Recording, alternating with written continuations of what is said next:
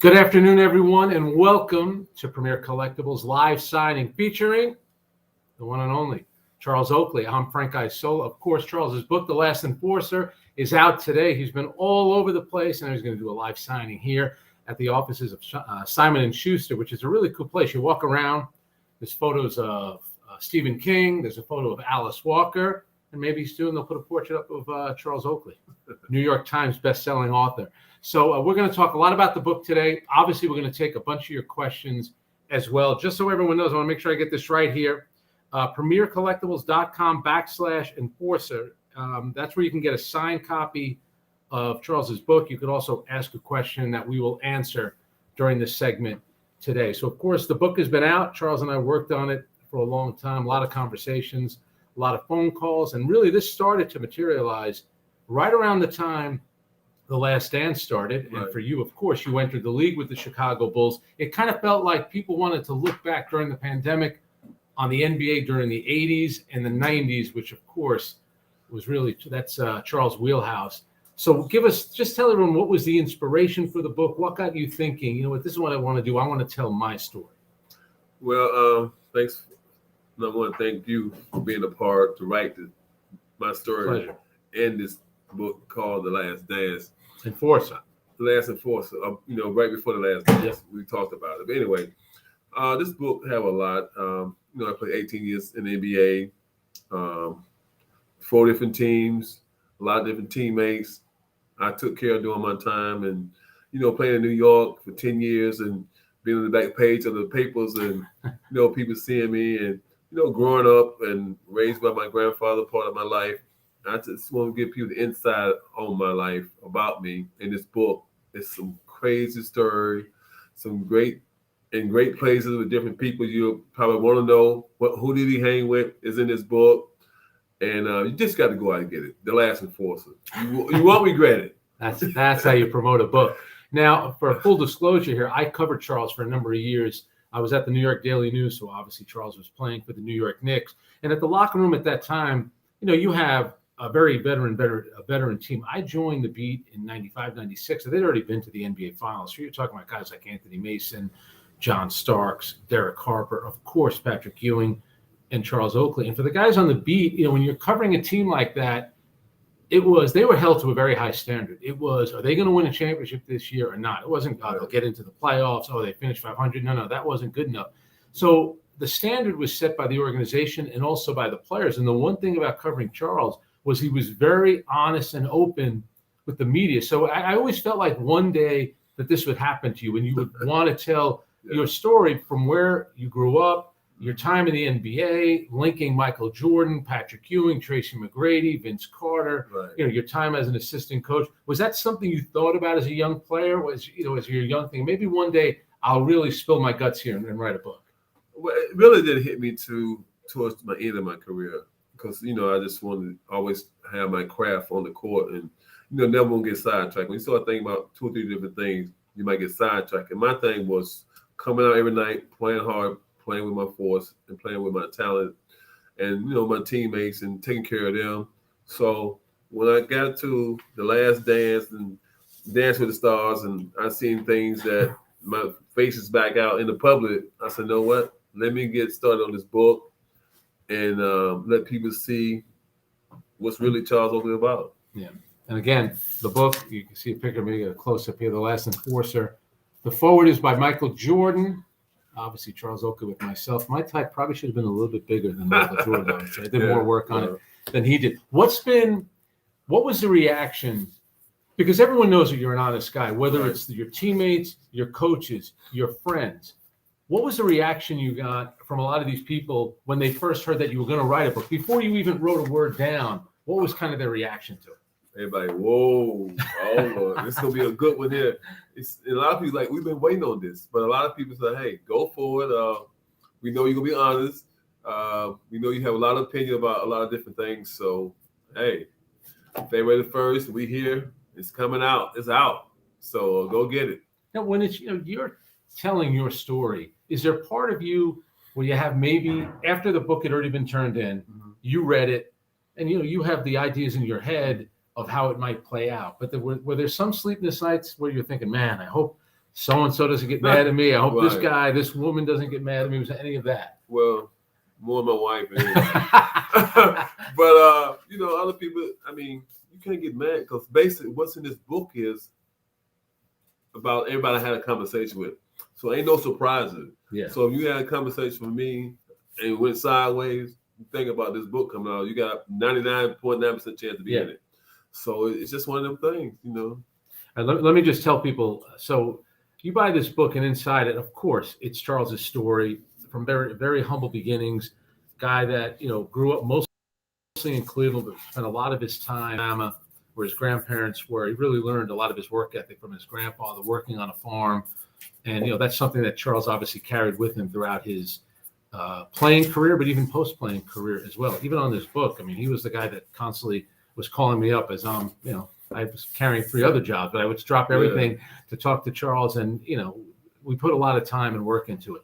But obviously stories early on about his days at Virginia Union, his days with the Chicago Bulls being drafted. Jerry Krause didn't draft him, but he made a draft day trade for him, and obviously Charles has remained very loyal to the late great Jerry Krause. He probably got killed. Let me put it this way: Jerry Krause got criticized heavily in The Last Dance, The Last Enforcer. You're going to read about a different Jerry Krause, and obviously Michael Jordan, Scottie Pippen. Then you go to New York, Patrick Ewing, Pat Riley. You go to Toronto, Vince Carter, Tracy McGrady.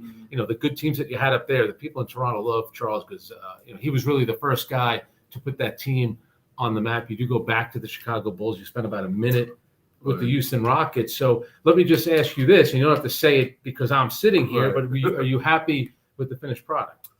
Yeah, very satisfied. Like I said, we put a lot of time in. Like I said, you got 3 or 4 jobs, so I had to catch you when you're not busy, when you're not hangover from working. But we pieced together, and I think that for you doing what you've been doing over your years, writing and my input and knowing something about me, that made it easier. Yeah. And I think we would have got somebody else write this book, didn't know nothing about me, had to do more research.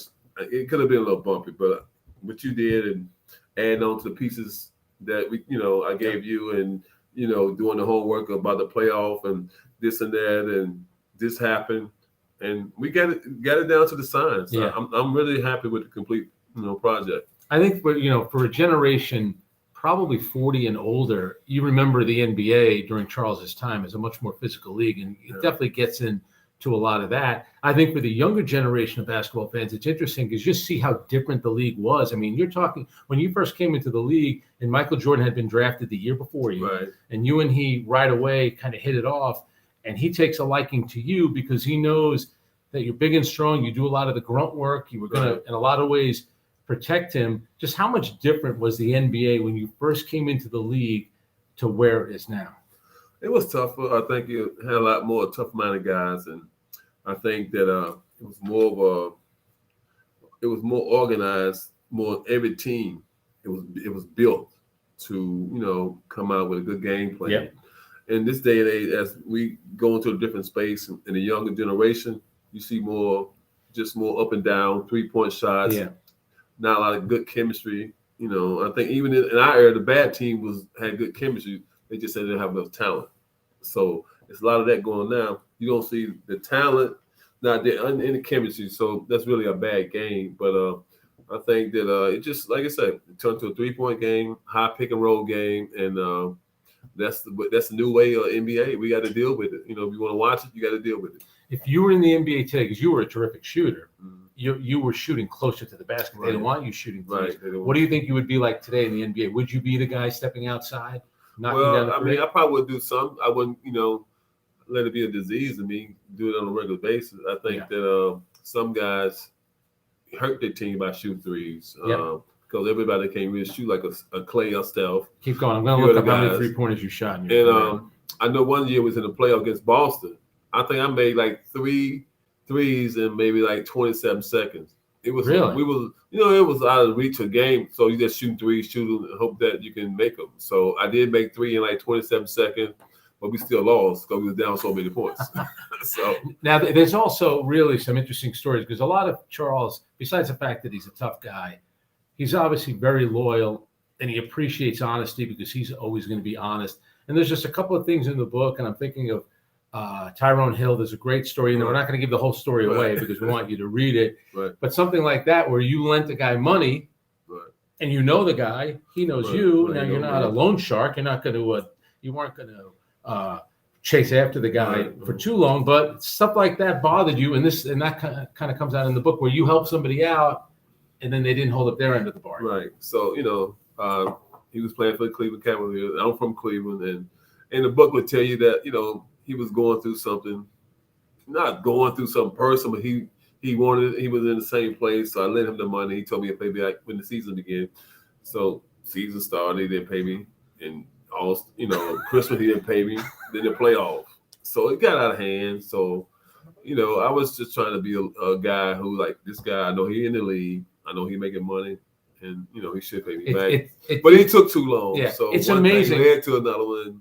You got it. It's in this book. Yep. So you're gonna have to go in this book. You're gonna have to buy the book to go in the book and see the other details. It's amazing too, because doing research for the book, the story that Charles tells about Tyrone Hill, he ends up on the Sixers and Charles is on Toronto, and they play each other in the playoffs. But all throughout the season, little things happen. The Toronto media and the Philadelphia media were picking up on it. Right, yeah. They kept talking about something's not right between the two of these guys. Maybe they have a history. Well, in this book, Charles is going to tell you about the history, which is pretty interesting. It's funny, yeah. And he'll also get into his history with Charles Barkley, who think about this. Charles Oakley.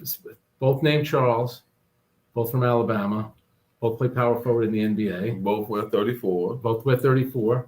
Wow. Last three letters, L-E-Y. Both was Michael Jordan's friend, but he dropped him off. He cut his own leg off. Trying to talk too much, Charles. I told you. TNT can't help you all the time. All right, but you think there'll be a day where you'll stick your hand out, he'll shake your hand, bygones be bygones? Well, this is the dream dinner. All right. Shaq. Yep. Dolan, Barkley, and Tyrone Hill. You can be the leader right now. Oh, man. Michael Jordan will moderate that. Moderate that, okay. No, I don't know if I'm going to be the guy. Oh, man, that'd be a funny dinner. Yeah. I mean, everybody going to be eating like this. And Nobody going to look up. And that's the thing about the book. In there, you will read, Charles has a history and a past with Shaquille O'Neal, obviously in a history and a past with James Dolan. Knicks fans will know about it. And believe me, too, I think a lot of people from Madison Square Garden and people associated with the Knicks thought the book's going to open up and the first thing Charles is going to say is going to start killing Jim Dolan, killing the Knicks. That wasn't the case at all. The Knicks mean a lot to this guy. That's why that whole thing that happened, and Knicks fans of a certain generation appreciate what this guy did. He did the dirty work. And you know what? If the fans don't know it, go ask his teammates. Go ask his coaches. I covered all these guys. And when guys talked about Charles Oakley, they knew that he was a guy that had their back. And really, the muscle and the fighting spirit of the team, I felt like it was in you. It was certainly in Anthony Mason. Later on, when you played with Larry Johnson, I felt it was with him. Derek Harper was the same way. That was something about those teams, right? Just the fight that they had. Yes, I mean, we was like real close, no matter what. I think that you hear like a lot of bands break up, a lot of teams break up because of jealousy, like Kobe and Penny, whatever, this and that, Shaq and Kobe. So I think that we didn't have those jealousy for like who will get the shots. It was just some situations sometimes that we didn't adjust to as a team that would hurt us as a team. Yeah. But besides that, we got along well. And I know we got into this in the book, but Game 6, Game 7 against Houston, you guys need one win and you win a championship. Right. How different do you think things turn out for yourself, John Starks, Patrick Ewing, if the ball bounces right late in the game of Game 6 and obviously in Game 7 if you guys have won the game? That was the case early, like going to the finals, getting past the Bulls. The year we got there, Michael Jordan there went to baseball. We got there, we didn't get the bounce. It always went down to the end of the wire. And something about it, just we couldn't never get the bounce we needed, never make the shot. I don't know. It's just bad luck or whatever, but we never could get over the hump. Even in the finals, we got there. Two games to win one, and we still couldn't do it. Man, that hurt me. That hurt me to the day because in the book and being in New York and the fans show you so much love, and all they wanted You know, in that decade I was here, all I wanted was one championship for them. Yeah. And that hurt me more than anything. I couldn't have that one championship in my 10 years in New York. Yeah. And I think that's the closest the Knicks have come since 1973.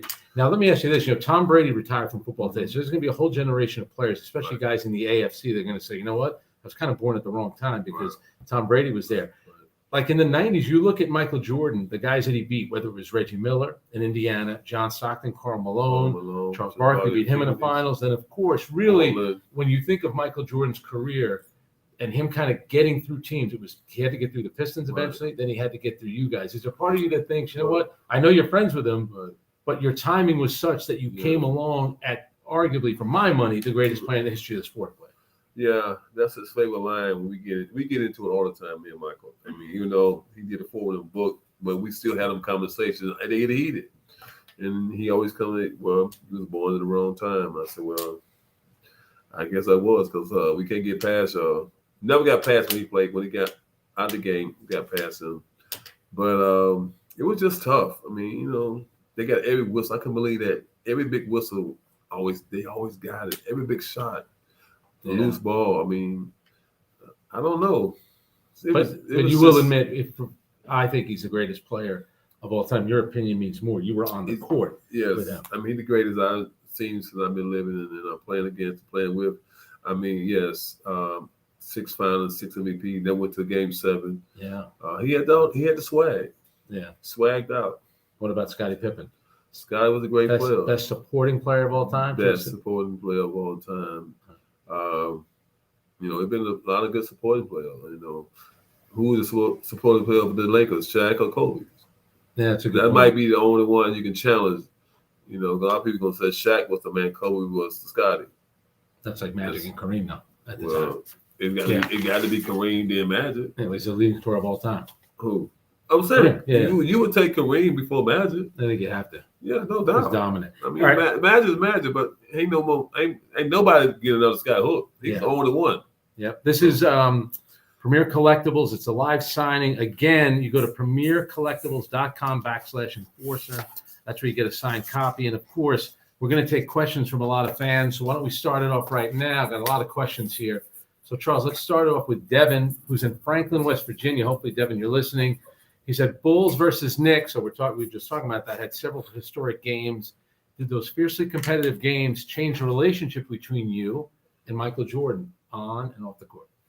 No, it didn't change the relationship. I mean, on the court, we were just like, hey, he didn't know me, I didn't know him. But I think that once we do have conversations off the court, we get heated because, you know, I'm a fighter, he's a fighter, but, you know, somebody keep beating on you. You got to have, like, you know, you got to stay mad at them because, you know, one of them things is, like, you got to beat them one day.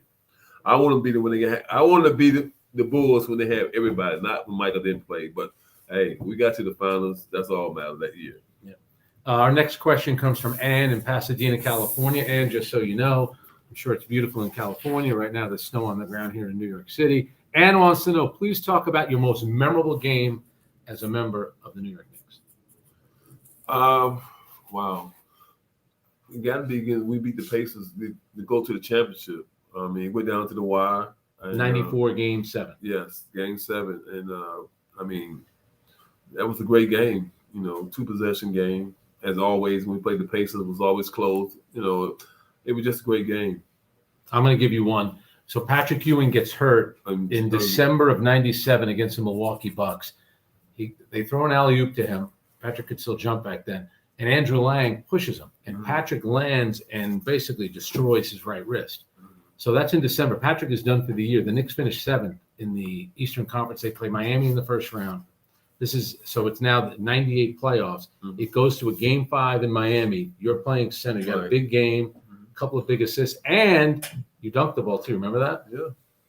I mean, we had to look that one up to see the last time you had a dunk before that game in Miami. I mean, that was, you know, I think Buck Williams was playing power forward when I played center. Yeah, it was in that game. But we always played Miami tough. It's just certain teams, Chicago, Indiana, Miami, them games always put down to the wire. Yeah. And, in Miami's hot weather, and I had to play center against those. But We won the game. That's all that matters. When Pat Riley went to Miami, because obviously we get into a lot of the Miami stuff in the book as well. When you saw the way Miami was, did it remind you of the Knicks just because of Pat Riley? It was a mirror image of the Knicks. Basically the same way, pick and roll, trap, everything, rotation. You know, he begin the training camp. He make everybody do the 17s and 65, 70 seconds. So it was the base of the same recipe he had in New York. He took it to Miami because that was his style. All right. Well, our next question comes from Norman right here in Plainview, New York. He wants to know who was the toughest player to defend against.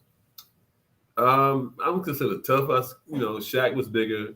Kevin McHale had a great post move. Karl Malone was big. So, there was some, I had a problem with, but there was some of the, games that I knew I had to watch how I play defense because you didn't want to get quick fouls. But because I didn't want to, I get quick fouls. So, we got to come in with a guy off the bench. So they were going to try to post him up every time. So I had to be careful how I play.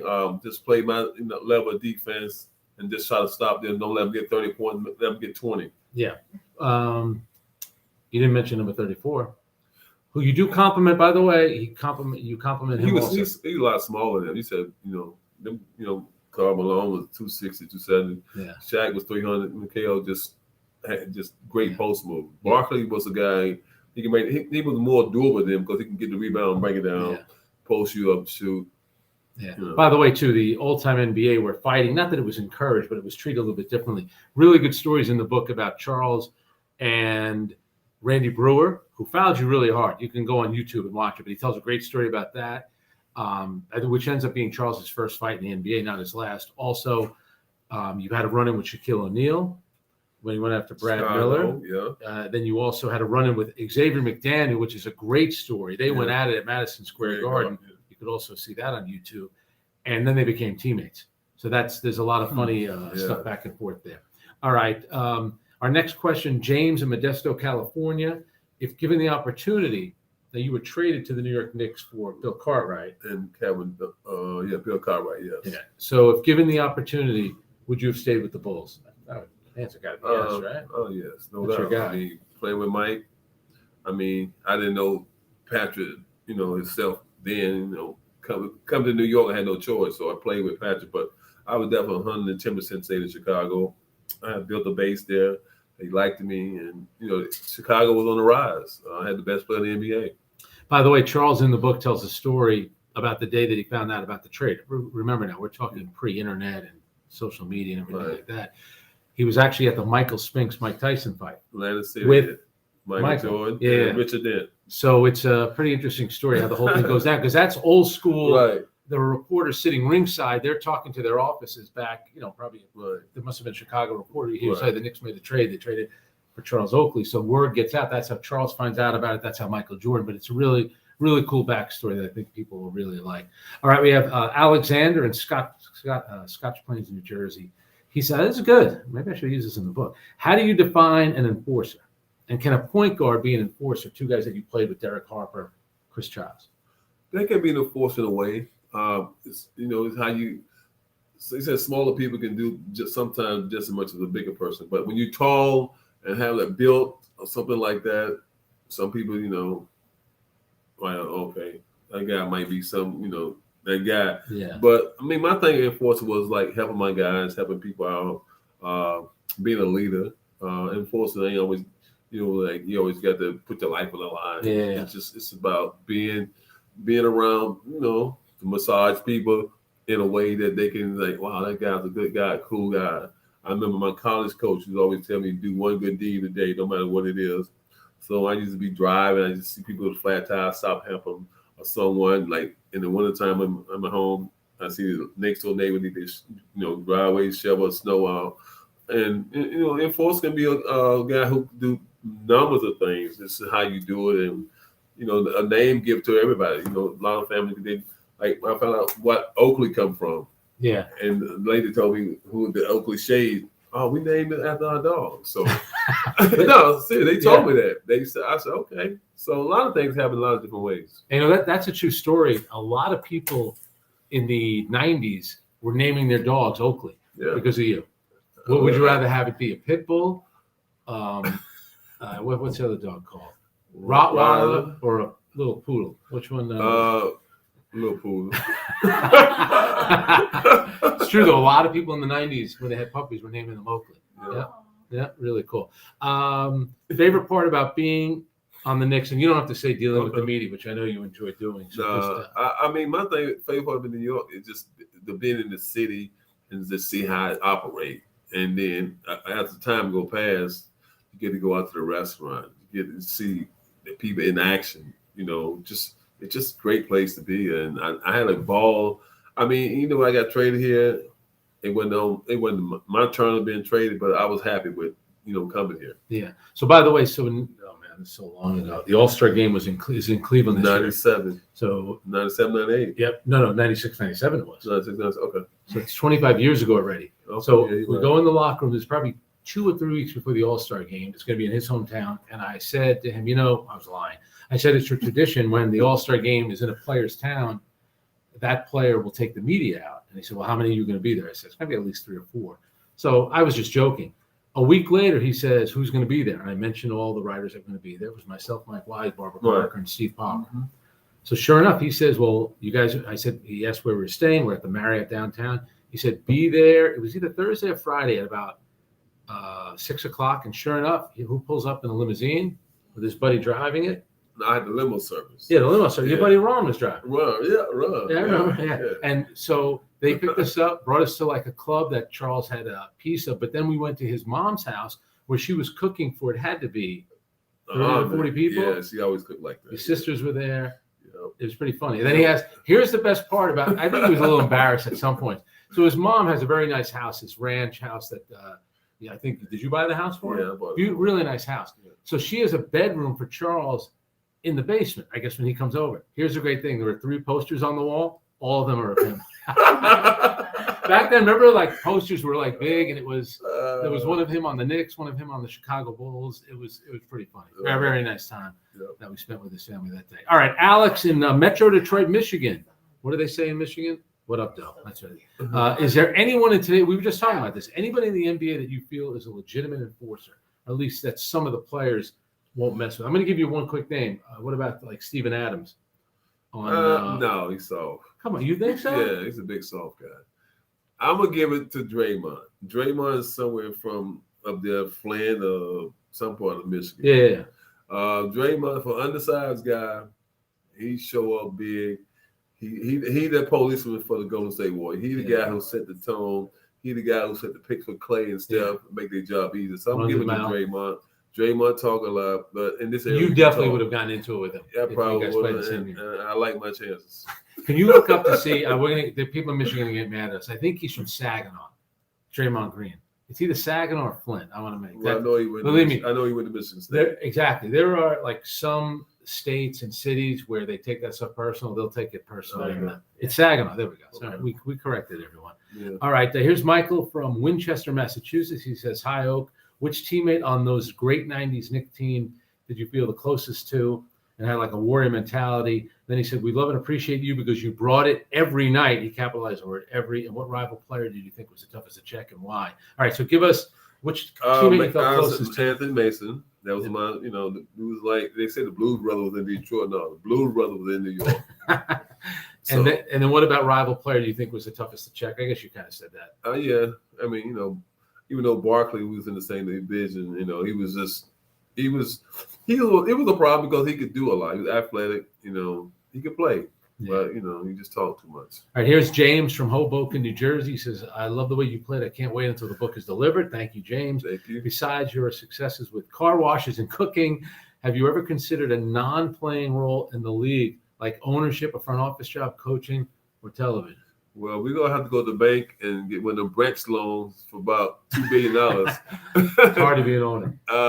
No. I like when I went back coaching for a couple of years. It's just a different league. My game really don't transfer to this league, but I don't mind changing for the better. But it's just not for me. So, you like traveling. Why don't you do something where you're like an East Coast scout? No. Going to college games. I want to scout. Well, you like games. I can't watch them play. I'm trying. I always get a headache. But anyway, sorry, I didn't fulfill the answer to the questions, but I just try to stay what I can do best right now. All right, here's Jeffrey from Roseville, North Carolina. He wants to know, how did it feel going from the CIAA, that's the conference you played at Virginia Union, Right. to the NBA? So you're playing for a historical black college. You're not playing Duke and North Carolina and UCLA. You know, back then, again, no internet. ESPN was around, but it's not like they're televising those games. So what was that like? Well, you know, I was lucky to go there, number one. Number two, to finish at a high level, to get a chance to go to the NBA. That's I mean, especially from a small, like I said, historic black college, and go top 10. Everything just had to go right, and it did. And I was blessed. Thank God. There we go. Thanks for the question, Jeffrey. Now we got Michael in Staten Island right here in New York. He says, do you like the way oh boy, this is a loaded question. Charles, you like the way the league is now, and with the live live and die by three-point play or three ball, he's saying, is shooting the threes, and the rules limiting hard defense? This is a loaded question for Michael in Staten Island. I mean, my thing is, that's what we got to watch. I don't like it. For its defense and team effort, it's a different ball game. I don't think they teach defense no more. I think they just work on three-point shots. It's a different ball game. So we got to take it until somebody come in and just change the game, like a Michael Jordan, a Shaq, a Curry. So unless a big man can come in, like a big could change the game, he go to the post. But since he's shooting threes and following along with like everybody else, it could probably be another 10 years before we see a change in basketball. Yeah, it's amazing, too, the connection that someone like Charles has. He plays with Michael Jordan. Again, I think the greatest player of all time. He becomes friendly with LeBron James, who a lot of people think, if he's not the greatest of all time, might be the second greatest of all time. Now, Steph Curry is not going to be in the greatest of all time, but he's going to go down as an all-time great. You have a connection to him as well, because when you were playing in Toronto, Del Curry was on the Toronto Raptors, and there's a little kid that's coming out there on practice shooting around. What was Steph Curry like as a real little kid when no one knew who the heck he was? You can see it. Really? I mean, it wasn't just him. It was his brother, his sister, and the mother. They all used to come in after practice and just shoot around. Then him and Vince started playing one-on-one, shooting half-court shot. So, like golf, it's a muscle memory. In basketball, he's been shooting half-court since he was 10, 12 years old. So it's muscle memory. And his dad, one of the best shooters ever played the game, too. That's right. You guys, when he was on Charlotte, he would always give you guys trouble. Yes. Are you blown away by what he's become? I'm talking about Steph Curry. Oh, yeah, I'm blown all the way, because his first couple years in the league, he had an injury problem. And he finally got with a hump. You know, Mark Jackson was there. Then Curry came in and they took off. I think Mark Jackson built the team. It's simple. It's a situation like when Rick Carlisle was in Detroit, Larry Brown came in. Yeah. And actually won the championship. So when Steve Curry came in, bam. Yeah. You know, so it's crazy how things happen. But he's probably the top three. He's probably LeBron, KD, him, and top three faces of the NBA. Yeah, absolutely, absolutely. You know, so hey, he did great for himself and his family. Yeah, absolutely. And he'll be at the All-Star game. Charles will be at the All-Star game. If people in the Cleveland area, Michigan area, you want to come down to Cleveland, he's going to be doing a lot of events during the All-Star game. All right, here's Allison in Long Beach, New York, right out on Long Island. She wants to know, during your time with the Knicks, which coach showcased your skills the best? Which coach? Let's first of all, probably Rick Pitino. All right, because he had a run and shoot offense, and he let me shoot the shot. I think Pat Riley and Jeff were more controllers because we had to go through Patrick every time. But we was running gun with Rick Pitino, so we shot a lot of threes. They had the bomb squad, this and that. So for us, you know, my talent was okay, but I'm saying I had more freedom with him. Yeah. Do you believe that he's still coaching? Yeah. In fact, they're not too far from here. Iona College. Yeah, he's doing a great job. They beat Alabama. Yeah. It's amazing, right? Yeah. He can coach. I got a lot of money, too. By the way, let's just run down the coaches really quick. UB Brown you played for? No. You didn't play for UB Brown? I played for Rick Pitino. Stu Jackson. That's right. Rick was your first coach. So they Don Chaney. Don Nelson. Don Chaney. Don Nelson. Yep. Pat Riley. Jeff Van Gundy. That's it. 7. Yeah. Right? Yeah. Then in Toronto, when you went there, was Butch Carter? Butch Carter. Then Lenny Wilkins. Yeah. By the way, Lenny was bad. A lot of people in Toronto, you're going to enjoy the stuff that he has on the Toronto Raptors, because he enjoyed his time up there. And obviously, the fans in Toronto love Charles. I thought it was really cool what they did during the NBA Finals, bringing all you guys back. Right. Oh yeah. With Kawhi Leonard to be Golden State. Yeah, that was And great. for Vince to be back and for the Yes. crowd to give him that kind of ovation. Yes. Because you guys had a good thing going there. Vince was to Kawhi Leonard. Vince was the best player, but Kawhi Leonard won the championship. So yeah, you got to put him in. Him and Vince wanted to probably T-Mac and go from there. How gratifying was the win that you had? You're on Toronto. You come to New York. You win a game 5 there, and you beat the guy that was traded for you. Marcus Camby fouled out of that game. By the way, yeah, it was. I mean, the first year they beat us, and then the next year we came back and beat them to go to the second round and play against Philly. It was great. Yeah. Our next question comes from Lindsay, New York. I think we asked this earlier, but why the book? Why did you want to write it? Why the book? I think it was time. There was a lot of stuff going on, and I think more people was at home, and I got into a space that I had time. Like Dance with the Stars. I had time. Yeah. And in this book, I had time, and I just had to make sure you had time to tell us about some of the stories, growing up stories in the NBA, stuff that you hear about during the pandemic, like what about the 80s and 90s? So all this stuff is in this book. And so I said, you know what? Let me try to get out here and give these people what they've been wanting. They've been like, oh, wow, this and that. Because like, everybody talking about it, but ain't nobody just really giving the full details. So in this book, The Last and Fourth have a lot of details about the 80s and 90s and how things was. Yeah, and this is a premiere live signing. And, of course, Charles, at 6 o'clock on Tuesday, is going to be at the Strand. That's on Broadway in New York City. On Wednesday, he's going to be at Books and Greetings in Northvale, New Jersey. I had to look that up, even though I live not too far from there. I had to look it up about 10 times to make sure it wasn't Montvale, New Jersey. It's Northvale, New Jersey. Books and Greetings. He'll be there if you want to see him in person. Here's a good one from Cody. We got a couple more minutes, and then we'll get out of here. So let's try to get through these quickly. Cody in Indianapolis wants to know something you would tell a high schooler who wants to compete at the highest level in their sport. What would you tell them? Basically, just know your skill level, know what you can do, and stay within yourself. Just work on your game. When did you know that you would be good enough to play college basketball? Because Charles gets into in the book, played a lot of high school football. Right. When did you think, you know what, I'm good enough? I might be able to get a college scholarship out of this. I mean, I didn't go to a big school, so it was school after me.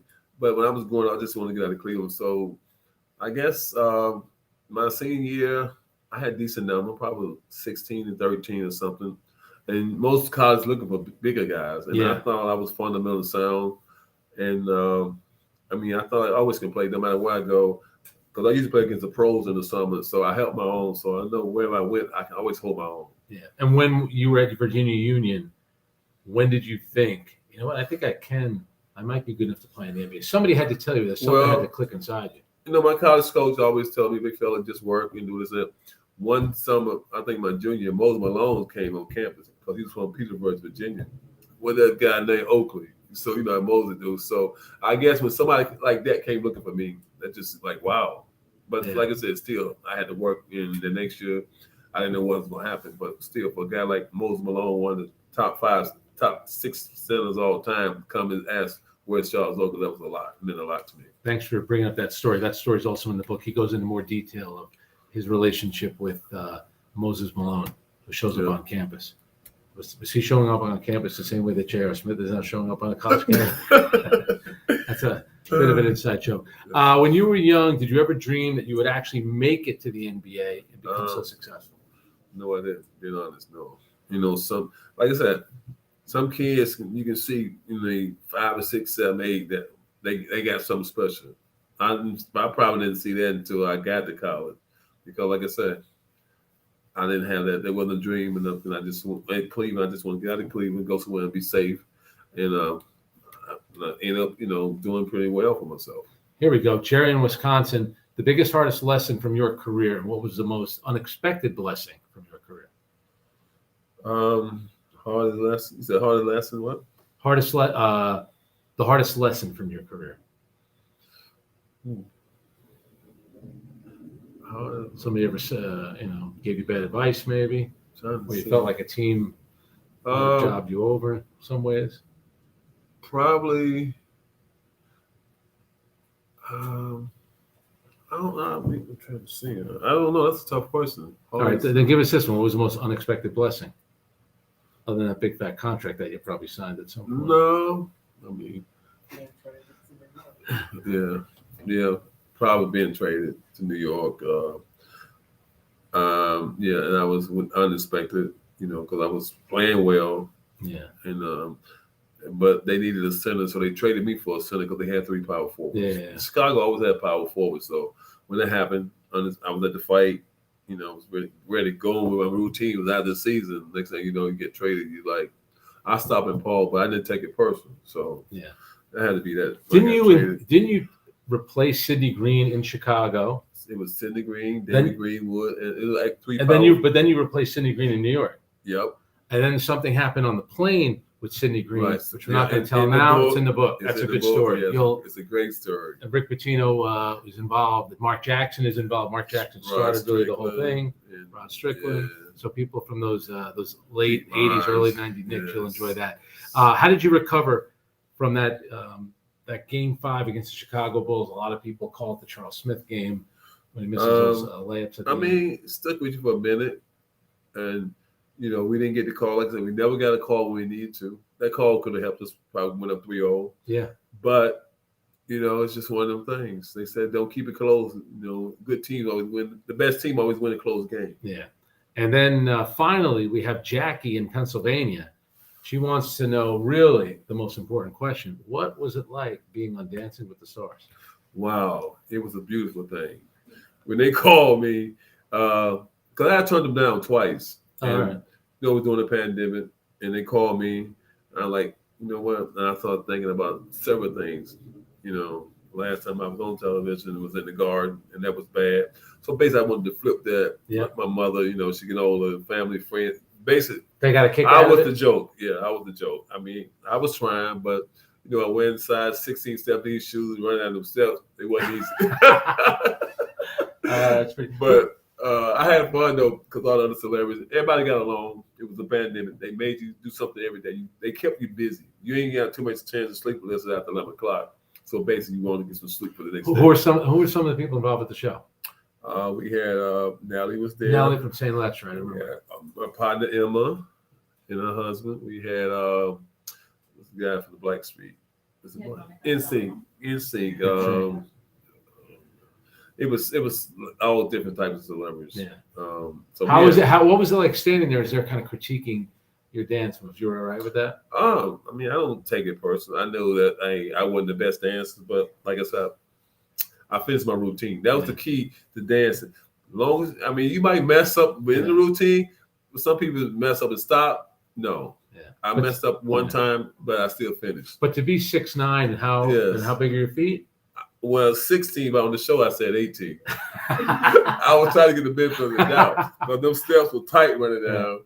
And they said, they gave me someone 5'1", and I'm 6'9". Like, come on, they didn't give me a break. They graded me like this was a Grammy or something. Yeah. Well, didn't you do way back in the day when I think you were on the Knicks? You did a commercial where it was I do the oak tree. Was it a Nike commercial? It was something back in the day. Yeah, weren't you? And you were kind of doing dance steps. Remember that? It didn't turn out too good. It ain't turned out like the last Enforcer. All right, and that's basically going to do it for us on this day. We want to thank everyone for joining us on the live signing. We want to thank everyone at Simon & Schuster for providing. You got to see the spread they got for us over here. The meal that they're going to serve. It's incredible. They want all when Stephen King shows up and Alice Walker, they're getting a big meal. Charles and I are going to have to fend for ourselves on the street corner pretty soon. No. The people here have been terrific, really nice people. And please go out and buy the book. It's going to tell you a great story about Charles's life. It's going to tell you great stories about the NBA. It's going to make you laugh, absolutely. It might even make you cry a little bit as well. I think you're really going to enjoy it. We thank everyone for joining us today. Stay safe, and we'll see you soon. Last Enforcer, get a signed copy. Signed copy. Bye-bye.